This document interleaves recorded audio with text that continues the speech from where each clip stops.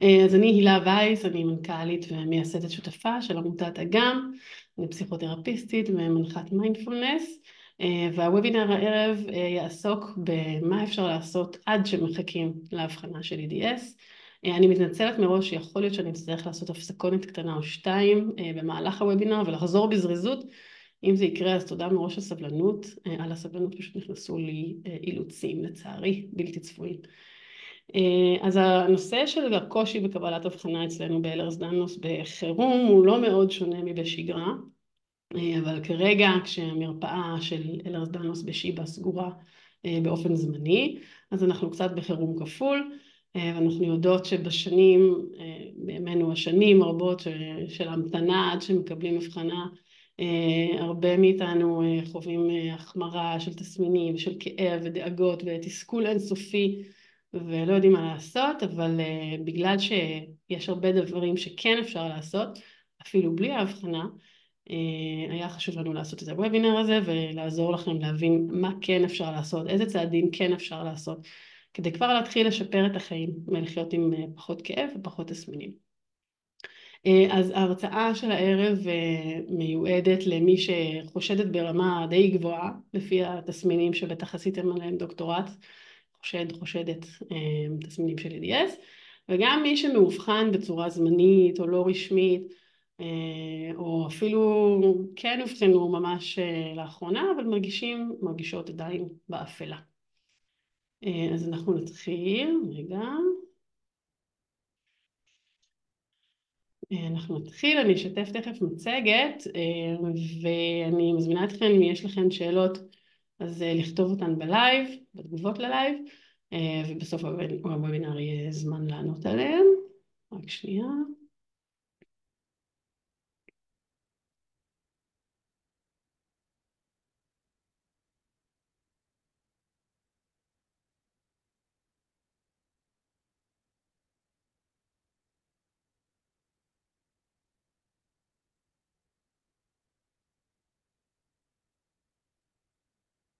אם רואים את המצגת. היי לינון, ערב טוב.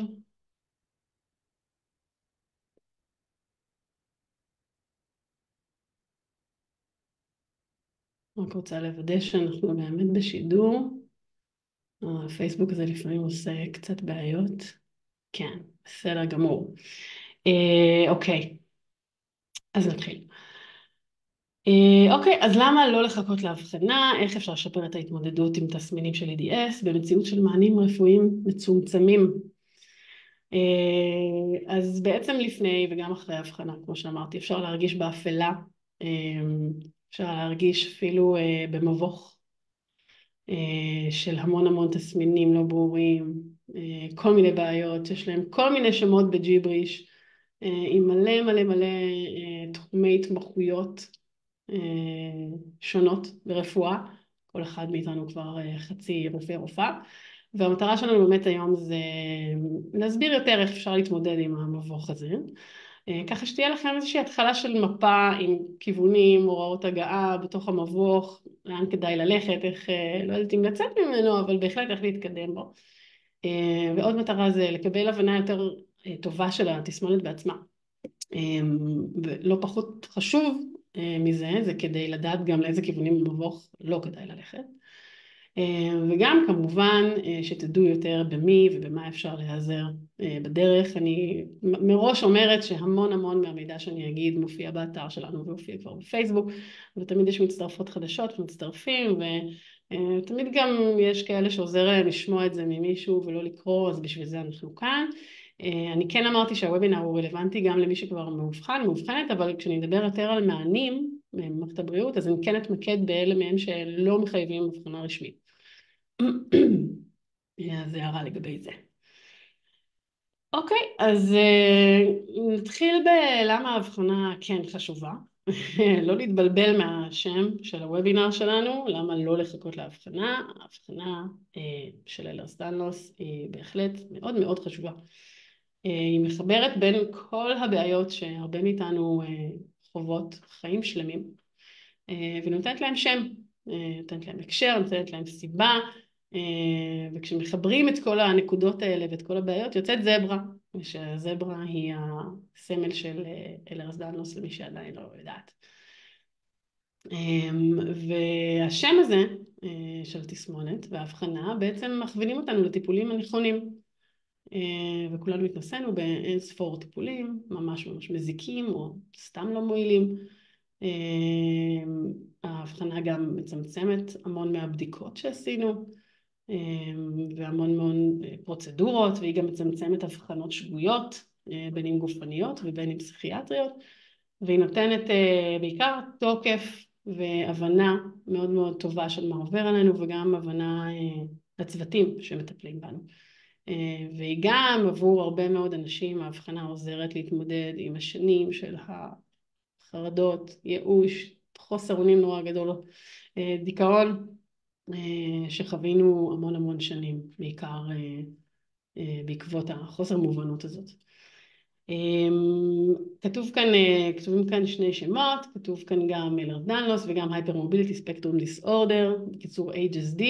אני אגיד שיש עוד הרבה שמות, אבל אנחנו נתייחס אליהם כרגע. אם אני אומרת EDS, תדעו שאני מתייחסת לכולם, כי זאת אותה משפחה עם אותו מקור, וגם הסבל יכול להיות זהה, אפילו שיש תתי סוגים שונים, וההתייחסות הטיפולית והאבחונית היא גם לא אחידה, אבל היא זהה בעיקרון שלה.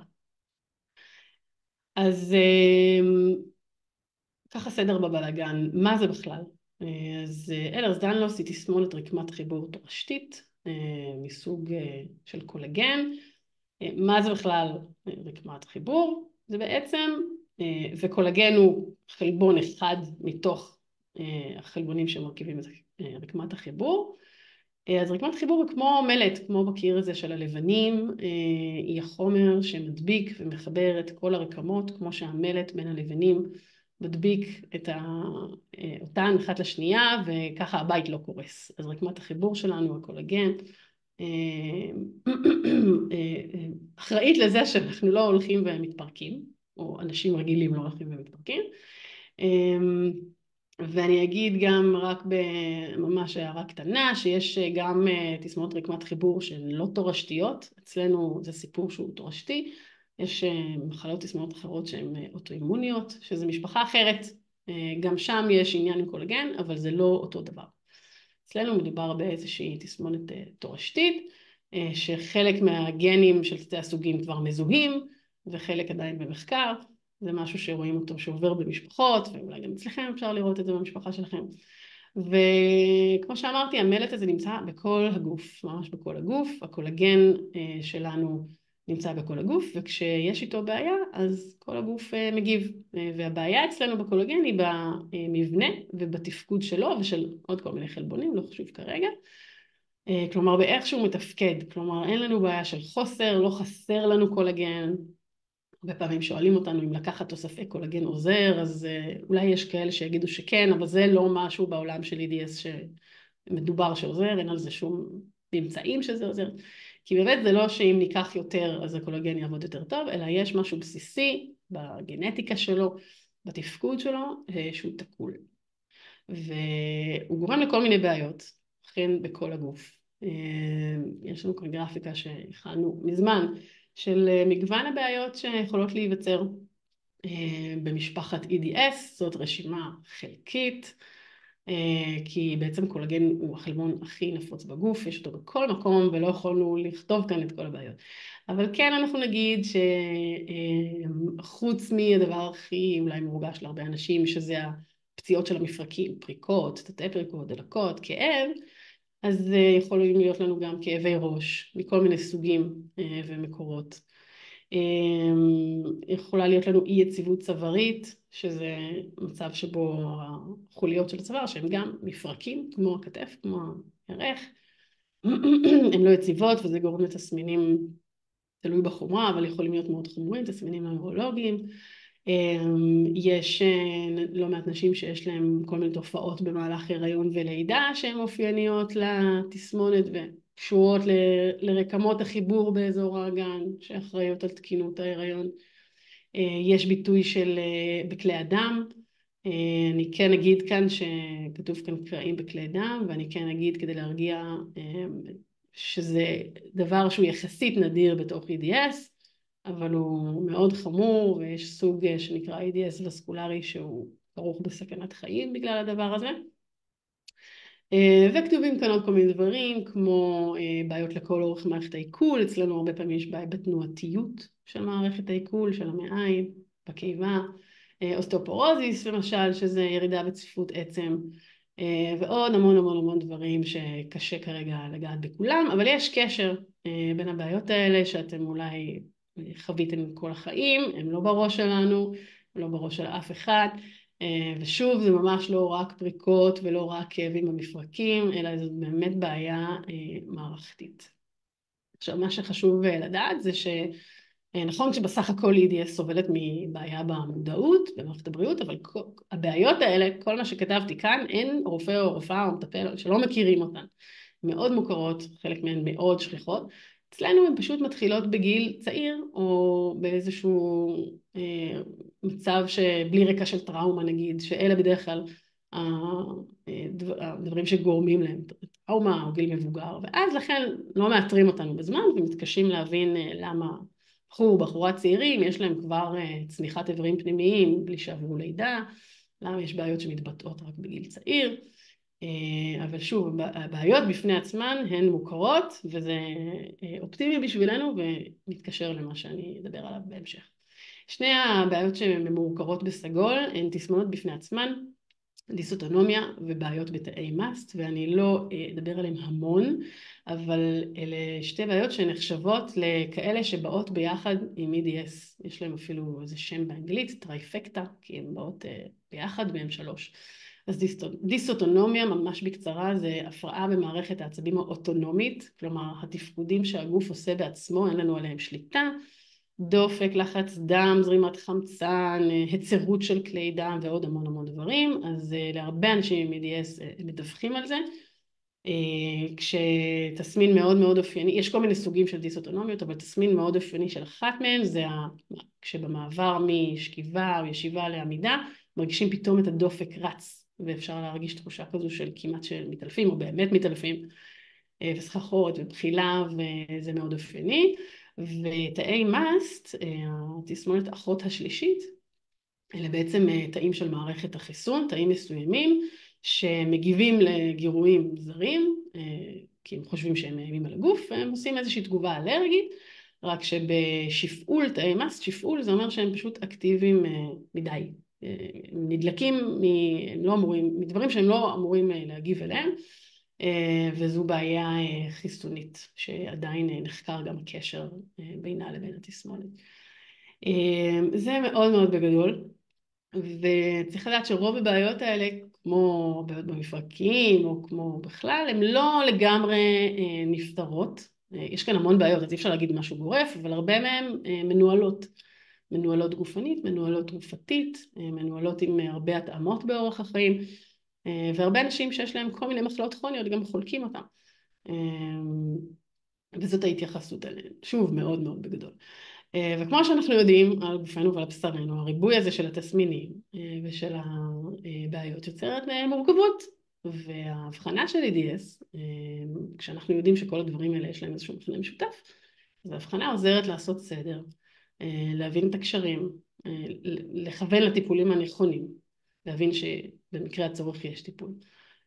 בטח ובטח כשיש השפעות סותרות בין טיפולים לבעיות שונות, או יש כל מיני טיפולים תרופתיים למשל שבגלל התסמונת משפיעים אחרת, נדבר על זה אולי קצת בהמשך, וכשיודעים שיש ברקע EDS זה מאוד מאוד חשוב לנו ולצוות שמטפל בנו. קצת על אבחון, כאמור אמרתי שיש הרבה סוגים ותתי סוגים של התסמונת, אי אפשר לדבר על כולם, הבאתי כאן את קריטריון ההבחנה של התת סוג הכי שכיח של אלרס-דנלוס, שקוראים לו אלרס-דנלוס מסוג גמישות יתר, הייפר מובייל EDS, כאן למעלה. אני קצת אגיד ממש בגדול על איך מאבחנים, אז בעצם כאן בכחול הזה פה יש מבדק של גמישות יתר שהיא תמיד קיימת בכל סוגי התסמונות. ויש מבדקים שרופאים ורופאות משתמשים כדי להעריך את הרמה של גמישות יתר. אחר כך פה בכתום יש קריטריון שלם, שלא את כולו צריך למלא, כתוב כאן למשל לפחות 5 מתוך 12 מאפיינים של בעיות ברקמת החיבור, כלומר כל מיני בעיות בכל הגוף, בדומה לשקף שראינו קודם, אז צניחת איברים והצטלקות של העור, מומי לב תורשתיים, שאני כבר אגיד שברוב המקרים ממה שידוע הם לא מסכני חיים, מדובר על צניחה של מסתמים, על התרחבות של שורש אבי העורקים, ושוב הם לרוב לא מסכני חיים. עוד כל מיני בדיקות לאצבעות ולאורך הידיים ביחס לגובה, דברים שנמצאו במחקר כמאפיינים גם ליקוי ברקמת החיבור. המאפיין הסגול פה זה היסטוריה משפחתית, האם יש מישהו בדרגת קרבה ראשונה שמאובחן או שיש לו תסמינים. בירוק אלמנט של פציעות וכאב, האם יש פריקות או כאב מעל פרק זמן מסוים, ובסוף כמובן הבחנה מבדלת, האם נשללו כל המחלות והמצבים האחרים שיכולים גם הם לגרום לתסמינים של גמישות או תסמינים שדומים או זהים, ויש כאן גם צורך לשלול באופן גנטי את כל תתי הסוגים האלה וגם מחלות אחרות. אז כמו שאמרתי, יש עוד המון תתי סוגים של EDS, לכל אחד מהם יש בדרך כלל מאפיין כזה עיקרי בקריטריון המבחנה משלו, וברוב הסוגים גם גן שמאותר בבדיקה. לסוג הזה הכי שכיח אין עדיין גן, אבל יש מחקר ענק של העמותה הבינלאומית כרגע למציאת הגן או הגנים, כנראה שיש כמה, וזה בגדול. אז נעבור לחלק של טיפול, וכבר אגיד בתקווה לא לבאס יותר מדי, אבל אני חושבת שזה הכרחי לדעת של-EDS אין ריפוי, אין קיור, אין טיפול שמרפא את התסמונת, אין תרופה שמאזנת אותו, אנחנו לא ניקח כמו אלטרוקסין, אוקיי, לתת פעילות של בעיות התריס, או כמו שחבר'ה עם סוכרת צריכים להזריק כדי להישאר מאוזנים, זה לא הסיפור, זו בעיה מבנית, כמו שאמרתי, של המבנה של הקולגן, שאין לה כרגע ריפוי, לא למפרקים ולא לבעיות המפרקיות, וזה שלב שהוא, כולנו עוברים את ההבנה שלו ואת הצורך לעכל אותו.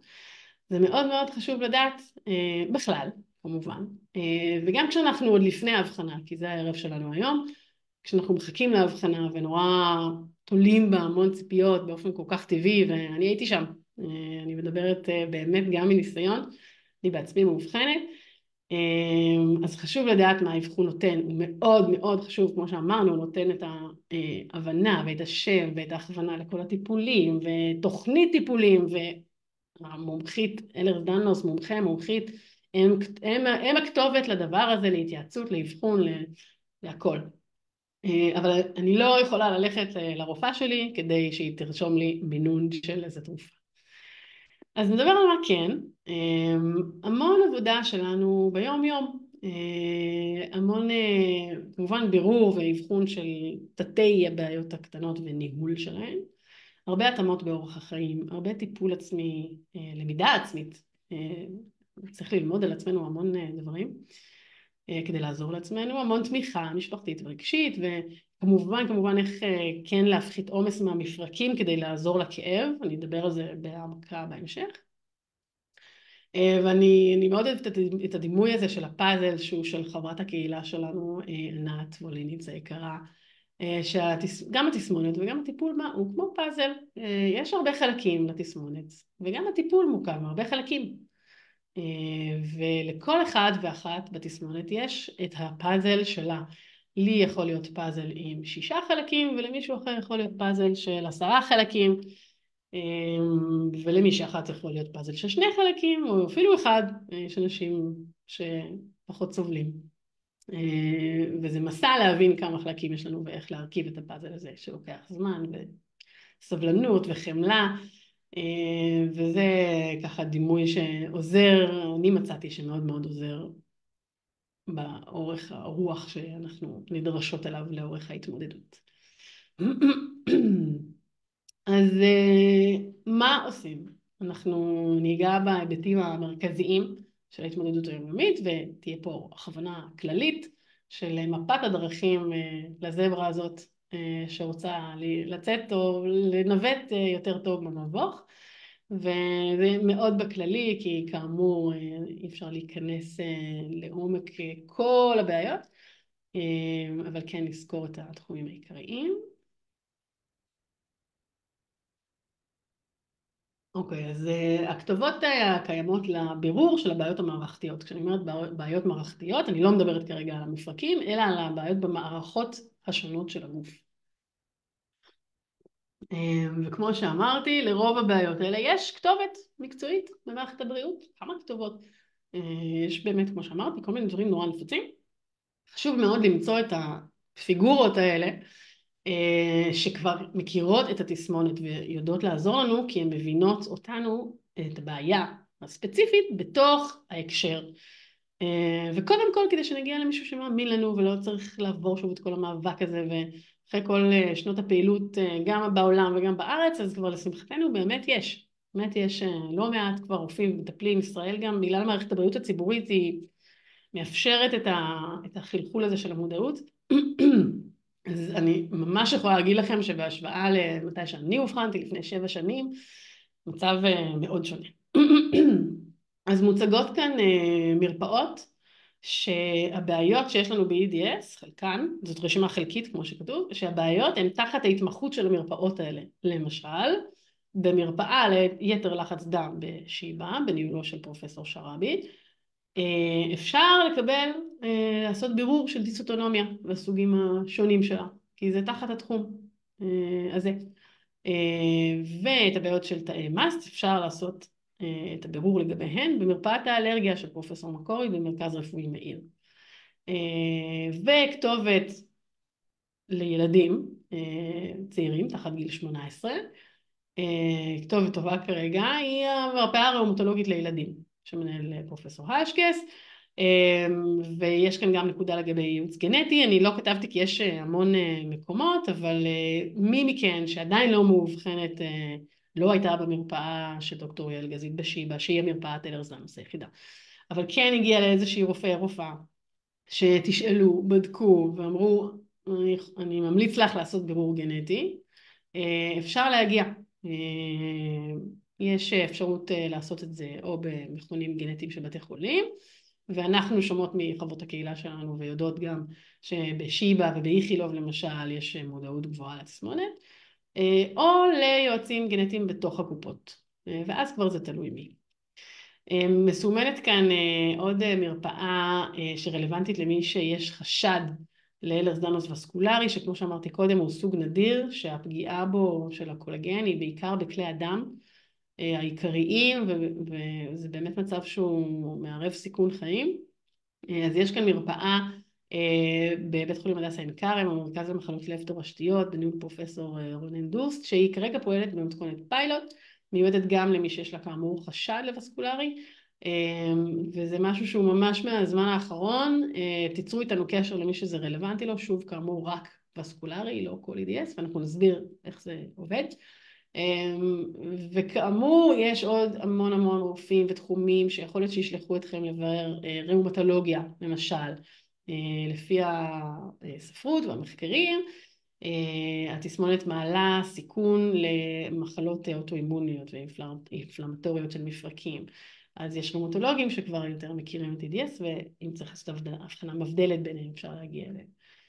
נוירולוגיה או נוירוכירורגיה, יש כל מיני תסמינים נוירולוגיים שיכולים לקרות, וגם מומים שמתוקנים לפעמים בעת הצורך בפרוצדורות כירורגיות, מומים נוירוכירורגיים. יש כבר רופאים מתחום הגסטרו והנוירוגסטרו שמכירים EDS ויכולים לעזור להבחן בעיות של תנועתיות. תנועתיות מערכת העיכול היא מצב שבו פשוט הצינורות שלנו לא מעבירים את התכולה כמו שצריך, ואצלנו זה יכול לנבוע מכל מיני סיבות, לא אחת, גם מסיבה מבנית שהרקמות עצמן פשוט לא מספיק תומכות בגלל גם בקולגן, אבל גם כי גם זה יכול להיות קשור לדיסאוטונומיה שפוגעת בתנועתיות, אותה תסמונת שהזכרנו קודם. יש כבר רופאים, רופאות שיותר מכירים את ההיבטים אצלנו ברצפת הגן, למשל, כמו שאמרתי, יכולות להיות לנו צניחות של איברי הגן לפני לידה, בלי קשר ללידה, או צפיפות עצם שהזכרתי קודם, שזה מטופל בדרך כלל באנדוקרינולוגיה. קיצור, הרשימה ארוכה ובאמת לא יכולנו לכלול אותו כאן, זה בלתי אפשרי, כמעט כל תחום אפשרי, אבל אם אתם שוב קראתם, נראה לכם שזה מצטלב, יש משהו מבין הבעיות האלה שאתם רוצות לברר, ויודעים גם שאולי יש טיפול בסוף, למשל באוסטאופורוזיס, הרבה פעמים יש טיפול תרופתי, יש דברים שפחות. להתייעץ, חשוב מאוד להתייעץ עם רופאי רפואת המשפחה, כל הדברים האלה הם כמובן, הוובינר פה מניח שאתם, יש לכם לפחות רופאת משפחה, רופאי משפחה שרוצים לעזור לכם ומאמינים שהתלונות קשורות. אז זה תנאי בסיסי, רופאת משפחה שיכולים לעזור לכם, ומהם לבקש להגיע לרופא המקצועי הרלוונטי, קרדיולוגיה, נוירולוגיה, גסטרו. בחלק מהמקומות כאן שנמצאים בבתי חולים צריך טופס 17, יש קופות שיבקשו שהרופא של הקופה ימליץ להגיע עם הטופס 17 לבית חולים.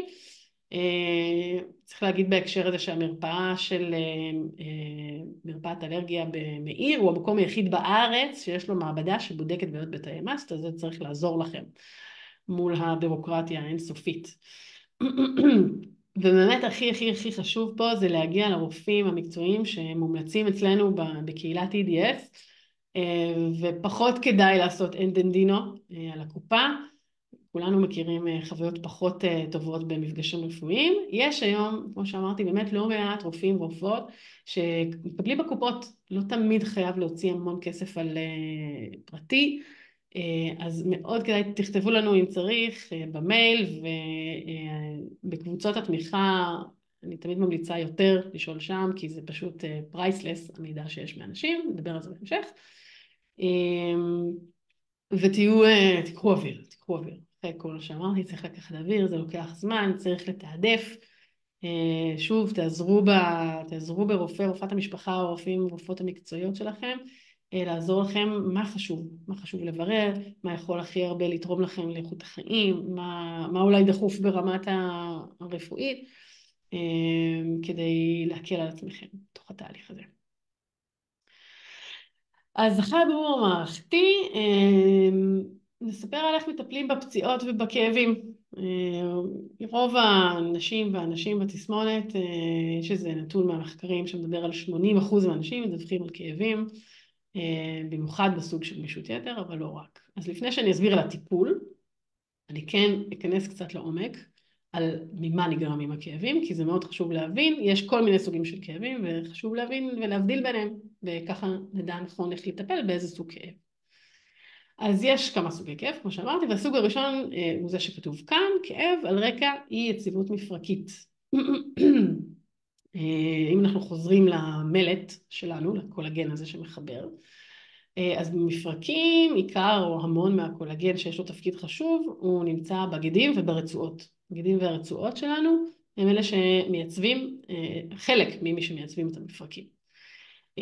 וכשהן חלשות, הרצועות והגדים, קורים כל מיני דברים, אבל אני מאוד אפשט, המפרקים בעצם הופכים להיות לא יציבים, אלא תנועתיים מדי. עצמות המפרק מטיילות להן כל מיני מקומות אחרים. יוצאות מהטווח שבריא, מי רוצה עכשיו שנייה לשים לב איך יושבת, איפה הרגליים, איפה הצוואר, איפה הכתפיים, אפשר אולי לקבל הדגמה חיה. וכשעצמות המפרק לא נמצאות במקום איפה שהן אמורות להיות, אז אנחנו מרגישים את הפציעות הכי אופייניות באמת ל-EDS, שזה פריקה, מלאה זה כשהמפרק יוצא לגמרי מהמקום וחוזר, או תתי פריקה, שזה קצת ככה טיק טק חוזר, רצועות שנמתחות, גידים שיש להם מיקרו קרעים, זה כזה פציעה של גידים, וכל הדבר הזה גורם בעצם לעקמומיות שלמה של, כמו שאפשר לראות פה במר שלד הדוגמן שלנו, עקמומיות של כל שרשרת המפרקים ושל הגוף השלם, ולכאב מהפציעות האלה. אפשר לראות כאן על הדוגמן שלנו איך למשל הקריסה פה של כף רגל גורמת לסיבוב של השוק, וזה מקריס את הברך פנימה, ואז גם הירך מסתובבת ומושך את האגן. אז אנחנו רואים איך אין דבר כזה אצלנו כמעט, ואין דבר כזה מפרק אחד, בעיה במפרק אחד. זה לרוב איזושהי שרשרת. ואז אנחנו מרגישים את זה ככאב, כדלקת, נפיחות כזו. דלקת זה פשוט הגוף ששולח לשם תאי דם לבנים ומנסה לתקן את הפציעה. מה שלא רואים כאן זה את הרובד של השרירים, למשל אם יש לנו ירך לא במקום, אז השרירים המייצבים של הירך לא מצליחים לעבוד. מי שמייצב לנו את המפרק, אמרנו, זה גם גידים ורצועות, אבל יש גם שרירים שזה התפקיד שלהם, שרירים מייצבים. ובמצב הזה של הטווח המוגדל הזה, אז השרירים המייצבים לא מצליחים, ובמקומם מנסים שרירים אחרים לייצב את המפרק. זה לא שרירים שזה התפקיד שלהם, זה שרירים שבכלל נועדו להניע את המפרק, ואז הם עובדים מאוד מאוד מאוד קשה כדי לפצות על הפלופסינס הזה של הגידים והרצועות, והשריר הזה שעובד נורא קשה כל הזמן, הוא בספזם, הוא כזה נהיה נוקשה.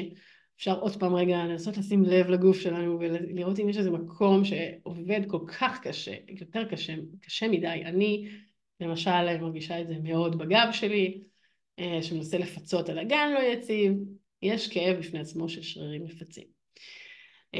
זה מאוד מאוד מאוד בגדול, קורים עוד כל מיני דברים, אבל אפשר לסכם ולהגיד שהחולשה הזאת של הרצועות והגידים, הגוף שלנו לא יודע איך להתמודד איתה, הוא לא למד את זה אף פעם, אז הוא מנסה, הוא עובד מאוד קשה, כל הכבוד לו, הוא עובד מאוד קשה כדי לתקן את זה והוא לא מצליח, וזה קורה לנו פשוט מללכת, מר שלד כאן הולך, אבל זה קורה לנו כשמוציאים כוס מאיזה מדף גבוה והכתף יוצאת, מנסים לפתוח דלת עם מפתח וכל המפרק פה צועק, מחבקים אנשים, סתם באמת הולכים כמו שאמרתי, ועוד שלל פעילויות, וכמובן שבגלל שיש לנו מעל 300 מפרקים בגוף, אז זה קורה לא רק במפרקים האלה שמופיעים כאן באיור, אלא בלסת, באצבעות, בצלעות, כתפיים ובעוד, כמו שידעו לנו, הרבה מפרקים.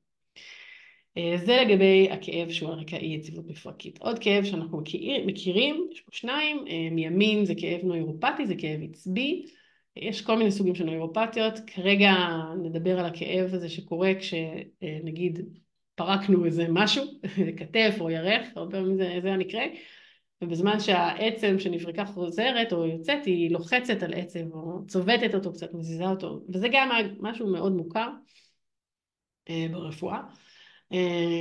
ואז העצב מגיב, זה מרגיש לנו נמלול כזה, או תחושה כזה חשמלית כזאת מאוד לא נעימה. זה כאב מהסוג הזה, והוא כאב לעצב, והוא גם נגרם בגלל האי יציבות, אבל הוא פשוט כאב של העצב, ולא של גידים או שרירים או כמות אחרות. ומצד שמאל, הכאב הנוסף בהכללה, שקרוי כאן כאב מרכזי, זה בעצם כאב שהוא לא נגרם מאיזושהי פציעה כרגע מקומית בגוף, מאיזושהי פריקה, אלא הוא משודר על ידי המערכת העצבים המרכזית שלנו, והוא בעצם נגרם מעיבוד לא טוב של כאב, משיבוש בעיבוד של כאב. זה יכול גם להרגיש, זה לא חייב להיות בכל הגוף, זה יכול להיות גם באמת כן במפרקים מסוימים, אבל זה לאו דווקא בהקשר לפציעה, לפריקה שעכשיו פרקתי, או זה יכול להיות בפרופורציה של כאב שהיא הרבה יותר מאשר הדבר הפצפון שעשיתי. זה כאב שהוא כבר לא בהכרח קשור, הוא לא קשור, לא בעוצמה שלו או בקיום שלו, למה שקורה לי בגוף עכשיו. ואין המון מחקרים על כאב בתסמונת, מתחילים להיות, אבל הסברה הרווחת היא ששנים של פציעות, של פריקות, של תתי פריקות, של עומסים, בסופו של דבר כן גורמים גם לכאב הזה, כי הפציעות האלה הן מגרות את העצבים שנמצאים שם, ואז העצבים האלה בעצם השידור שלהם משתבש. ובכלל מה שיודעים על כאב מרכזי זה לא כאב שהוא אופייני רק ל-EDS, יש לו כל מיני שמות, סנסיטיזציה ופיברומיאלגיה, פיברומיאלגיה משנית, אולי אמרו לכם פעם, הוא משותף להרבה מאוד מצבים, ובכלל יודעים שהוא קשור לעומס והתמודדות בשגרה, ולכל מיני נטיות מוקדמות שלנו, ולתחלואה שיש לנו ברקע, לטראומה בעבר שלנו, ולסגנון התמודדות שלנו, נושא מאוד מאוד מאוד רחב ונחקר בכלל, לא ב-EDS, ומאוד בר טיפול. מי שהיה כבר בשיקום, אולי יודע, יודעת, או עובד עם איזה פסיכולוגית או מרפאה בעיסוק, מאוד בר טיפול ושיפור. אז זה לגבי סוגי הכאב, אני מקווה שזה קצת עושה סדר. ומה עושים? אני מקווה שאתם מקבלים את ההומור בברכה. אני חושבת שאנחנו חייבים להאחז בהומור גם בימים אלה. מי שלא רואה טוב או מתקשר עם האנגלית, יש פה שריר מצד שמאל שפוגש גיד ומפרק, והוא אומר להם, היי חבר'ה, אני הולך מה זה לגדול ולהתחזק, והם אומרים לו, לא, לך לעזאזל. אז לפני שנגיד מה כן, נגיד קודם כל מה לא. זה לא גורף, אבל יש אמצעים לשיכוך כאב שכולנו משתמשים בהם. המון חבר'ה מהקהילה שלנו, כל מיני תרופות למיניהן ואמצעים אחרים או קונבנציונליים או לא, לשכך כאב, וזה יכול להקל. חשוב להגיד עליהם שהם לא פותרים מהשורש את כל המנגנון הזה של האי יציבות שראינו על מר שלד.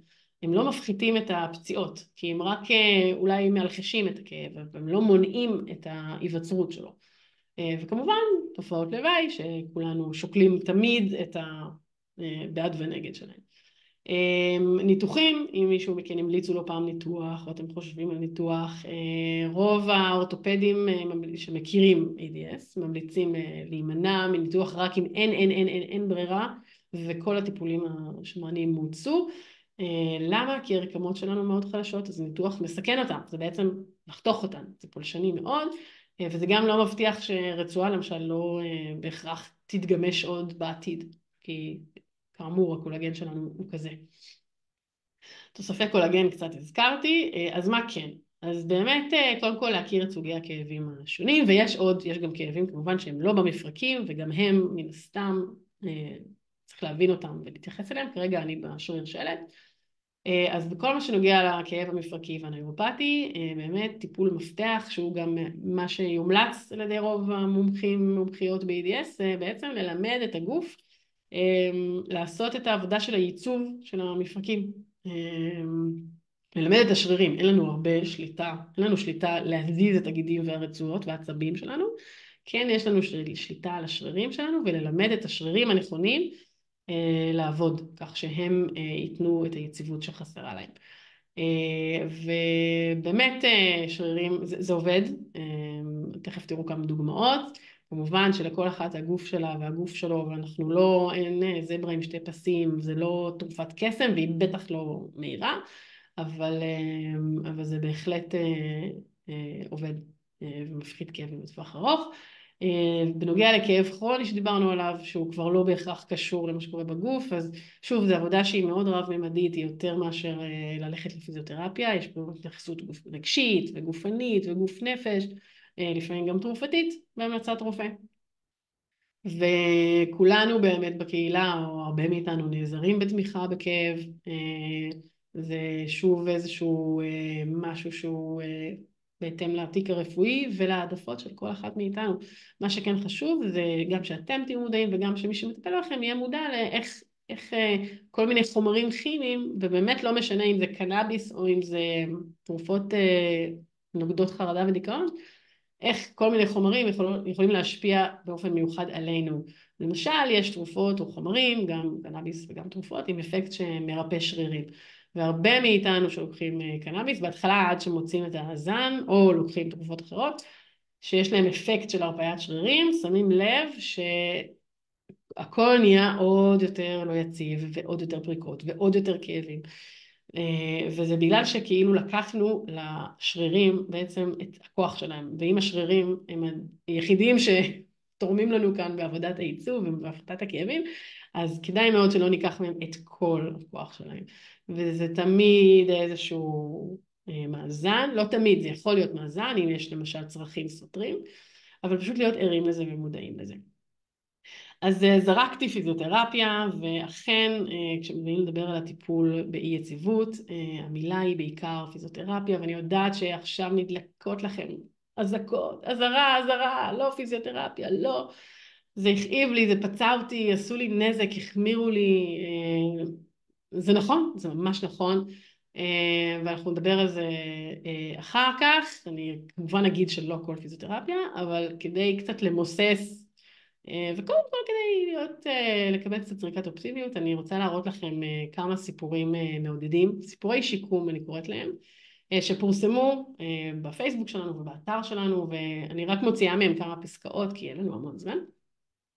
אבל אני אראה לכם קצת מסיפורי השיקום, כדי פשוט לראות איך יש תקווה, יש תקווה, יש עתיד, יש חלום.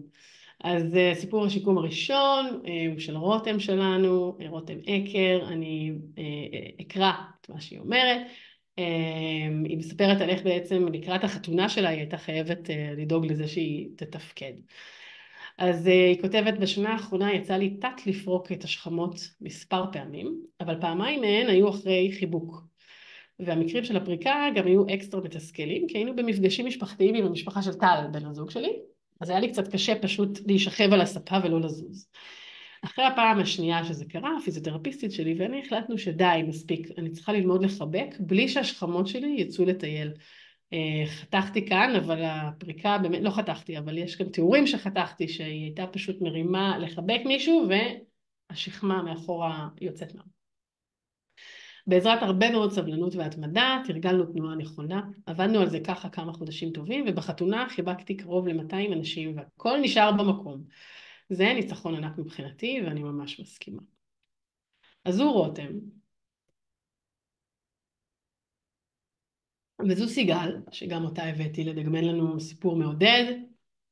סיגל שלנו מהקהילה.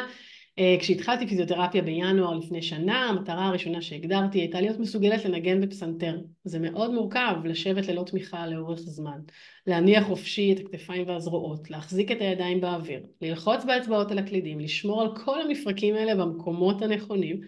הכל צריך ללמוד, הכל צריך לבנות. עם עבודת נמלים יומיומית, אין ספור נשיכות שפתיים וחיוכים וצחוק, הגעתי למצב הבלתי נתפס בו אני יושבת לקלידים 4-5 פעמים בשבוע, רבע שעה רצוף.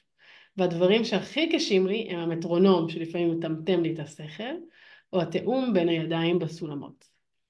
אני מקווה שזה מעביר לכם את ההישג המדהים שסיגל הגיעה אליו בהרבה עבודה. סיפור מספר 3 מתוך 4 של טל פולק, גם היא זברה משלנו. מהמאובחנות בצעירותן, יש כמה כאלה, היא כותבת, הייתי בת 12 כשפרצתי את הדיסק הראשון שלי, ואז גם הבחנו לי את התסמונת. תמיד הייתי ילדה גמישה שמתקפלת למזוודה, או עושה אקרובטיקה. היו לי בעיות גב ובעיות פרקים, פטור משיעורי ספורט ומספר אדיר במשקפיים. בצבא הגעתי לשיקום בגלל דיסק בגב, ובטיול הגדול אחרי הצבא טיפסתי את האנפורנה בנפאל, ופרקתי את הברכיים בירידה של 1.6 קילומטר ועם 16 קילו על הגב בלי מקלות. הגעתי לכפר למטה אחרי שעות בוכה ושם נגמר הטיול. כשחזרתי לארץ עשיתי שינוי מחשבתי ששינה את אורח החיים שלי. התחלתי להתאמן, אימונים שהבנתי שטובים לחיזוק השרירים והחזקת המפרקים. אני עדיין מטיילת, עושה ספורט מתאים, אבל הכי חשוב, אני מאוד מאוד מודעת לגוף שלי. אני נחה כשהוא דורש ממני לנוח, ואני מתעמלת כשהוא צריך. ואני עובדת על עצמי לא להסתכל רק על התרחישים הרעים. נקודה מאוד מאוד מאוד חשובה, תשומת לב הזו לעצמנו. סיפור אחרון של ענת ווליניץ.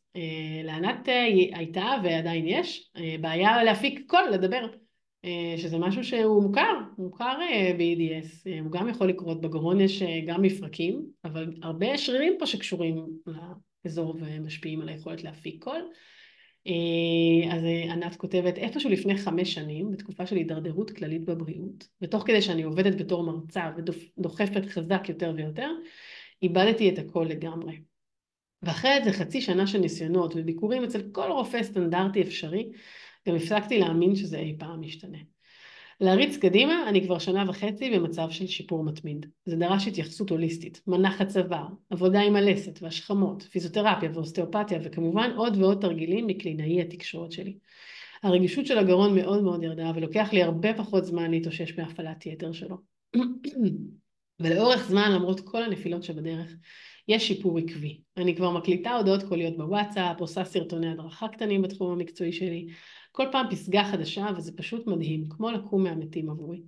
הדבר שהכי מחזק אותי מהסיפור שלי עם הכל הוא הבנה שיש מה לעשות, שאזורים שנפגעו יכולים להשתפר, ושחלק משמעותי מזה כן בשליטתי.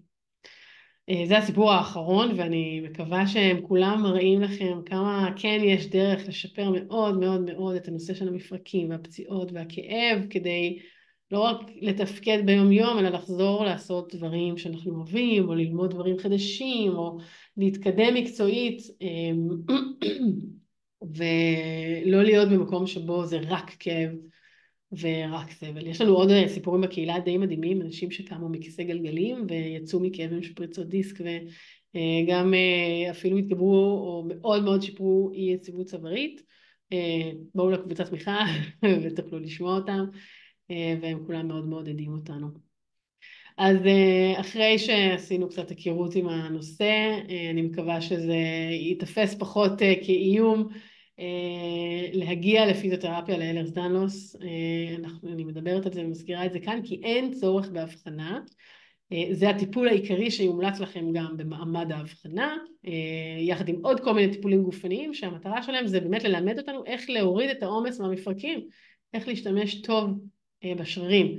זה טיפול שהוא ייעודי ל-EDS, זה לא דומה לטיפולים אחרים שעשיתם, הוא לא אגרסיבי, הוא באמת קודם כל עוזר לנו להתמודד עם משימות יומיומיות של תפקוד, של איך להתנהל עם להרים, להוריד, להתרומם, להתיישב, להתכופף, בצורה ללא עומס, ואחר כך זה מתקדם. אני אגיד שהפיזיותרפיסטית המומחית לטיפול ב-EDS בארץ, אולי כבר חלקכם שמעתם את השם, היא שושנה ברג, שמקבלת גם בחשמונאים, אבל גם במרכז רפואי שערי צדק, שם היא מקבלת ילדים. זה מאוד עמוס שם, אז זה לא תמיד, אבל זה לפעמים יכול לקרות. וחוץ ממנה יש לנו רשימה של כבר 8, אני חושבת, כן? פיזיותרפיסטיות ופיזיותרפיסט אחד, ששושנה התחילה להכשיר בקורסים לפיזיותרפיה על EDS, זה קורס יוצא דופן בעולם, שהיו כבר 2 ממנו, ובזכותו יש לנו רשימה שהיא גם תתרחב בעתיד עם עוד קורסים של פיזיותרפיסטים שלמדו את היסודות העקרוניים והבסיסיים לטיפול, ומה שמאוד משמח כאן זה כמו שאתם רואים ש2 מהן מקבלות בכללית, יעל הרפז בנתניה ומישל רנסנברג בקרקור, אחד מהם אלעד זיו מקבל במאוחדת בהוד השרון, עדינה וספריד מקבלת בלאומית בשומרון, כולם מקבלים כמובן גם בפרטי, אבל יש לנו בשורה ממש ממש ממש לא מובנת מאליה, שאפשר לקבל את הטיפול בקופה. כמובן שבחלק מהמקומות זה טיפול יותר קצר, בכללית אפשר לעשות 2 תורים ברצף, ואז ככה יותר להעריך את הדבר הזה.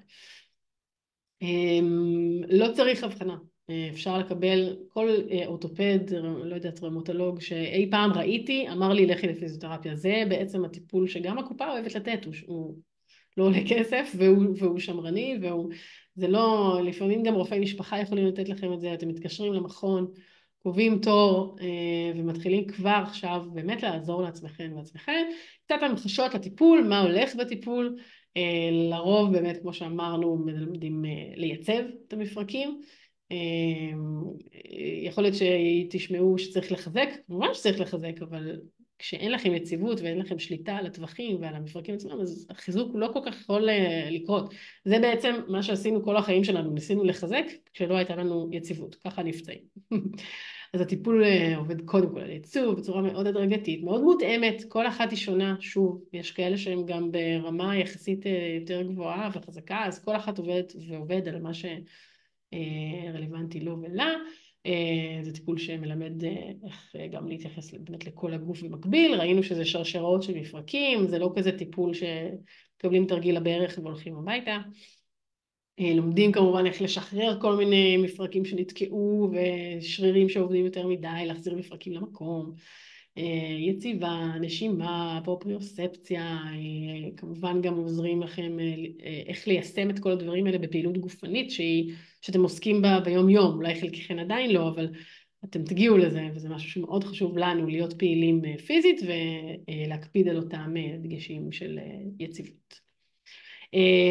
אז כאמור זו הרשימה שהעמותה יכולה בעצם להמליץ על פיזיותרפיסטים מוסמכים, וזאת רשימה שנמצאת באתר שלנו בעמוד מרפאות ומטפלים, יש שם גם פרטי יצירת קשר,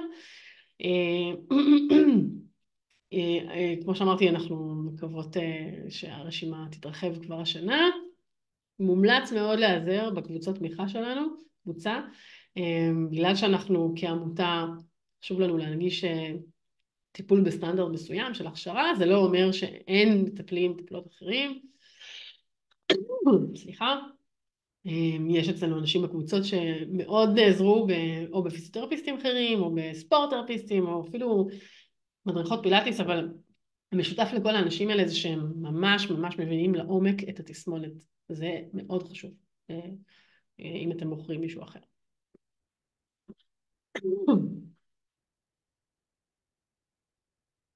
אוקיי.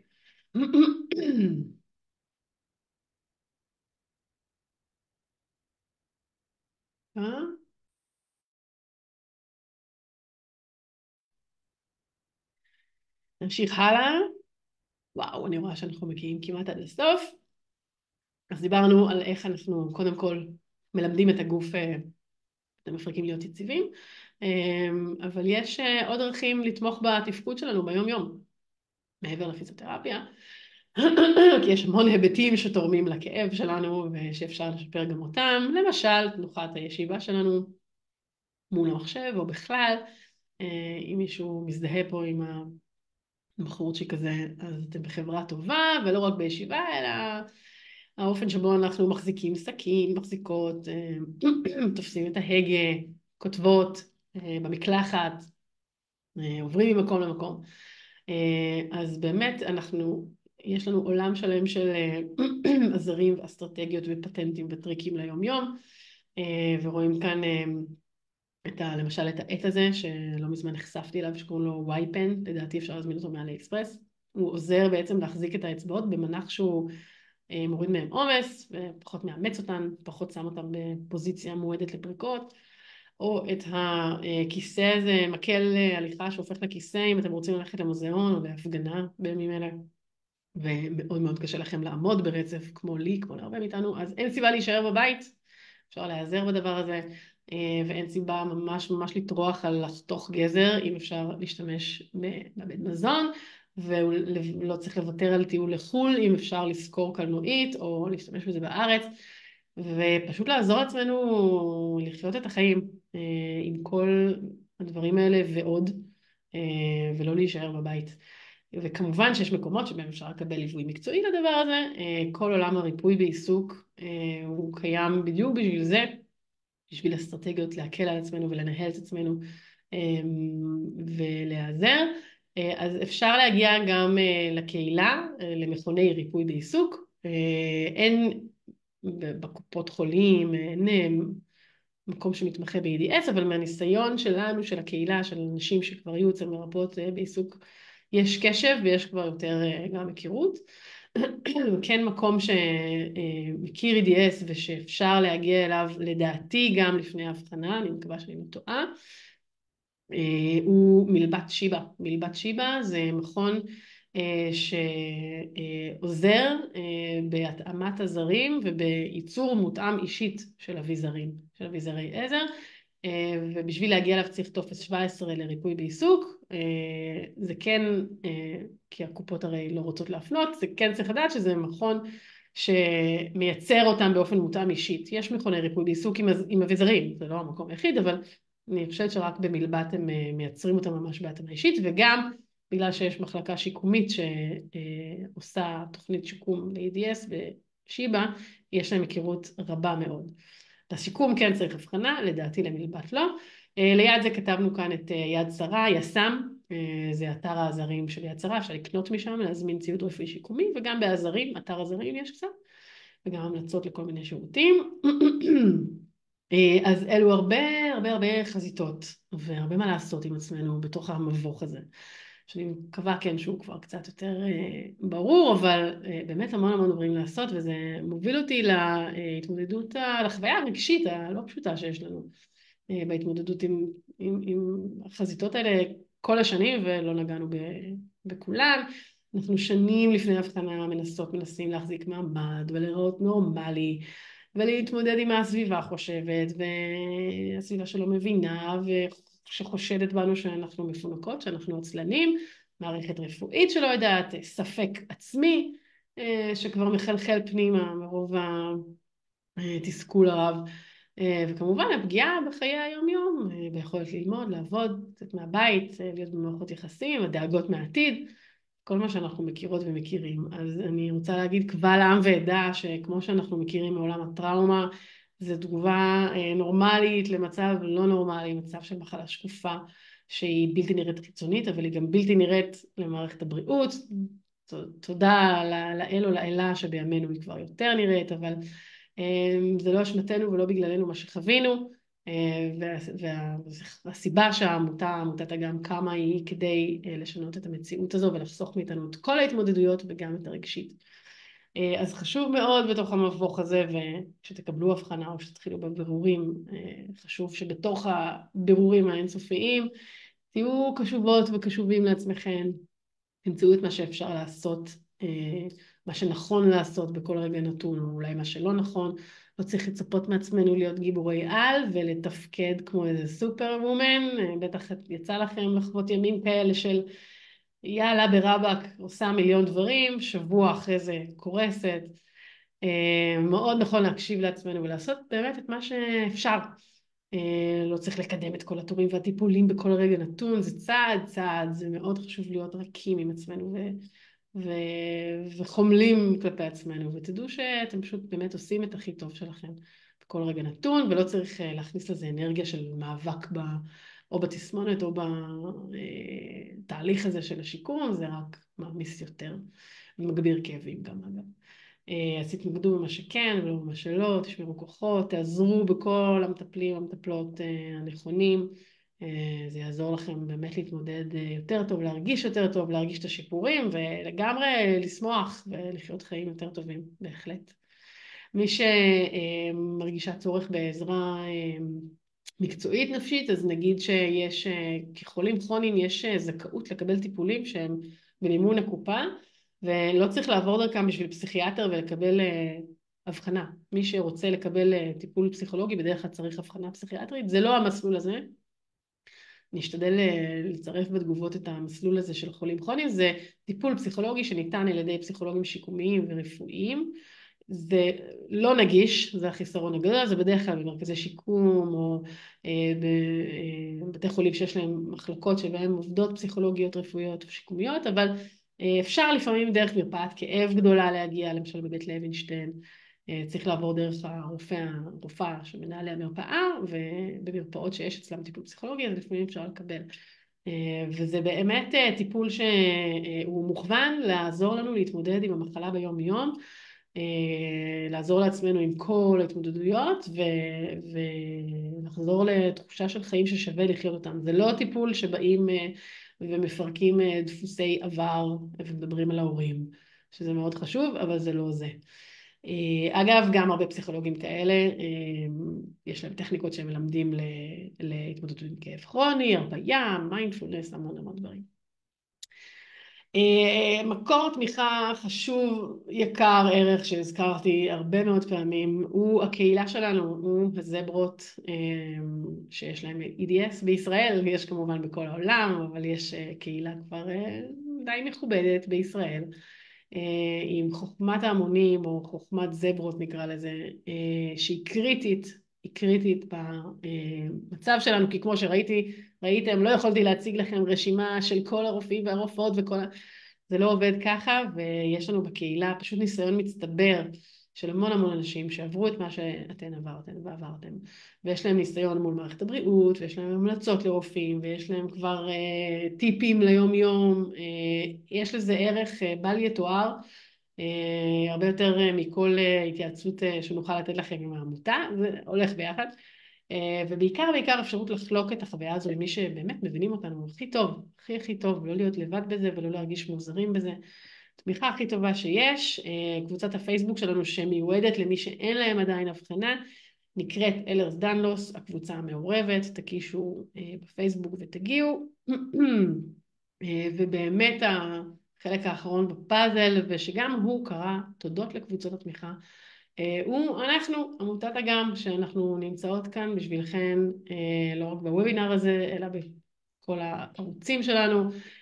אנחנו מאובחנות כמוכן, כאמור, הכרנו בקבוצת התמיכה והחלטנו שאנחנו לא יכולות יותר לתת למציאות הזו להתקיים, שאף אחד לא יודע מה זה EDS ואנחנו שנים לא מטופלות, לא מטופלים. אז כאן בתמונה איתי זו טל, בר סיני, יושבת ראש הוועד המנהל, ועדי פינק, שהיא שותפה מייסדת, וכן שרית הפרקאמפ, שהיא יו"ר ועדת הביקורת, וגם מנהלת את קבוצת הוואטסאפ לתרגול גופני, וכולנו פשוט, אנחנו פועלות מ-2017, העמותה התנדבותית לחלוטין, ואנחנו חיות את אותה המציאות כמו כולנו, והעמותה שהקמנו מקדמת מודעות במערכת הבריאות ובציבור. אנחנו יוזמות מהלכים, יש לנו שיתופי פעולה עם גורמים בתוך מערכת הבריאות, שיש יותר ויותר מהם מקסימים לשמחתנו. עוד מעט אנחנו פוצחות במהלך של הכשרות מקצועיות בהתאם למה שתאפשר התקופה הקרובה, ומנגישות המון ידע. יש לנו כאן, יש את האתר, מי שעדיין לא מכירה, EDS-Israel.org.il, אפשר לכתוב לנו מייל.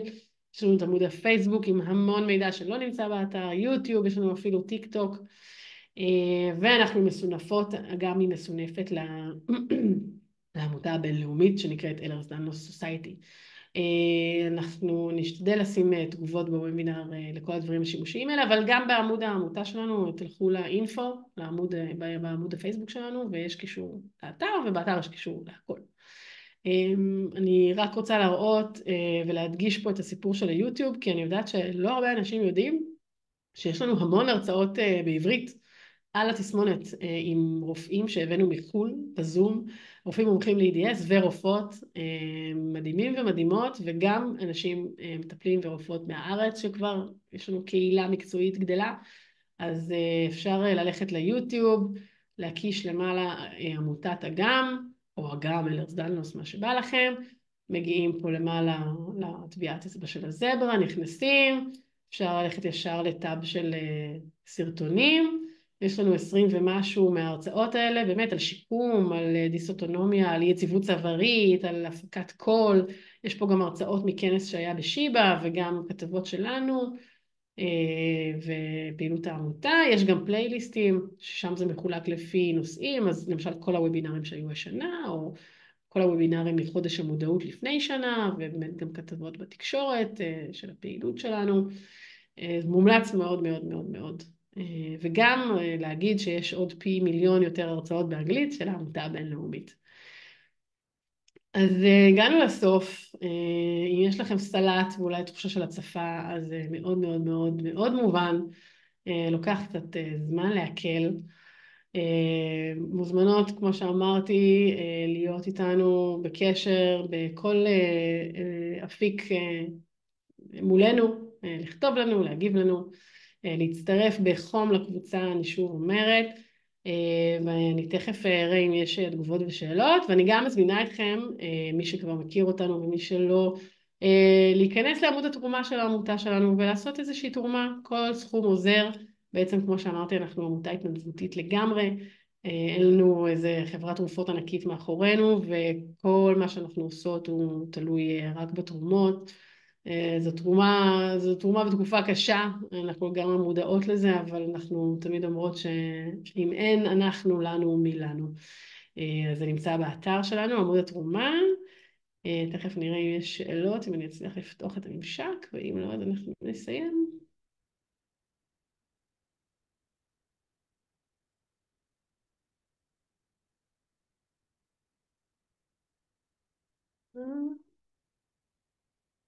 נצל את האיטיות והסרבול.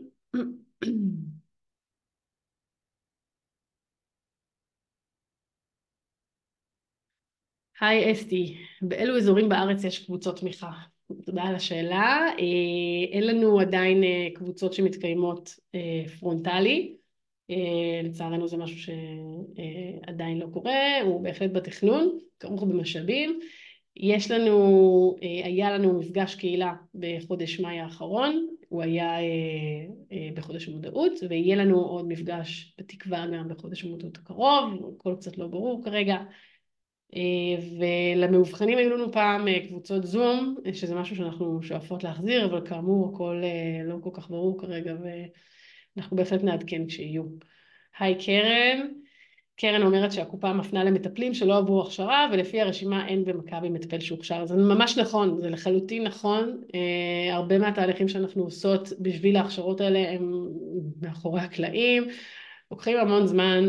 אני כן יכולה להגיד שאנחנו בקשר חם מאוד עם אגף השיקום של מכבי, של פיזיותרפיה, מבין כל הקופות, כל הכבוד להם באמת, זה לא מובן מאליו התקשורת. אז זה יקרה, אני ממש איתך קרן, זה הלוואי והיה לי איזה משהו יותר טוב להגיד, עובדות על זה, עובדות על זה. נעמי שואלת אם אני יכולה לפרט על מומחים לבעיות גסטרו, את יכולה לכתוב לנו במייל, שוב זה לא איזה רופא שאני יכולה להגיד שהוא מומחה, תביאי לנו במייל, נעשה חיפוש, תכתבי בקבוצה.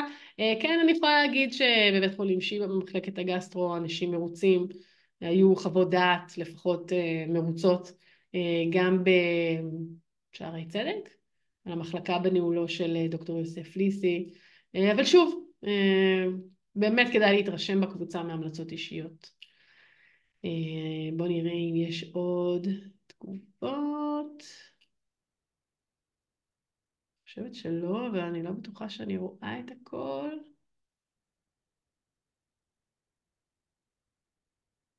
עוד תגובות ועוד שאלות, אפשר לכתוב בזמן שאני מחפשת.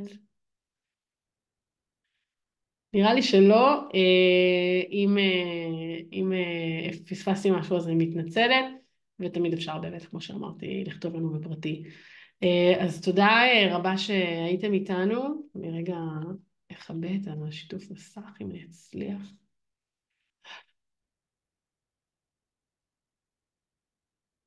כן. תודה רבה שהייתם איתנו, אני מקווה באמת שזה עשה סדר ושהצלחנו קצת להגיע ולהרגיע.